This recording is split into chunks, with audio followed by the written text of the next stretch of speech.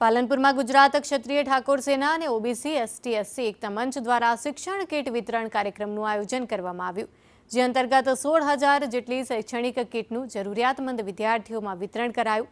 આ પ્રસંગે ક્ષત્રિય ઠાકોર સમાજ તેમજ ઓબીસી એસસી એસટી એકતા મંચના આગેવાનો ઉપસ્થિત રહ્યા।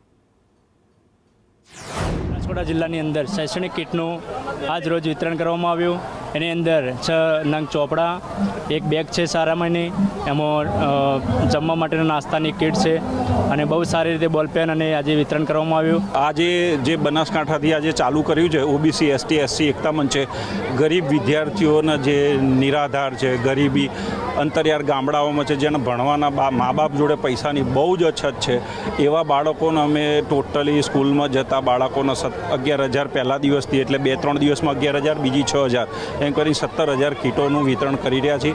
અને અમારું એક જ ગોલ છે સંગઠનનો કે ગરીબ માણસ સુધી, છેવાડાનો માણસ શિક્ષણથી રાજ્યની, સમાજની અને દેશની પ્રગતિ કરે। વતી છે અલ્પેશજી ઠાકોર અને મુકેશભાઈ ભરવાડ, એમણે ખૂબ સારું પ્રદર્શન આપ્યું, એ બદલ અમને ખૂબ ખૂબ આભાર એમનો।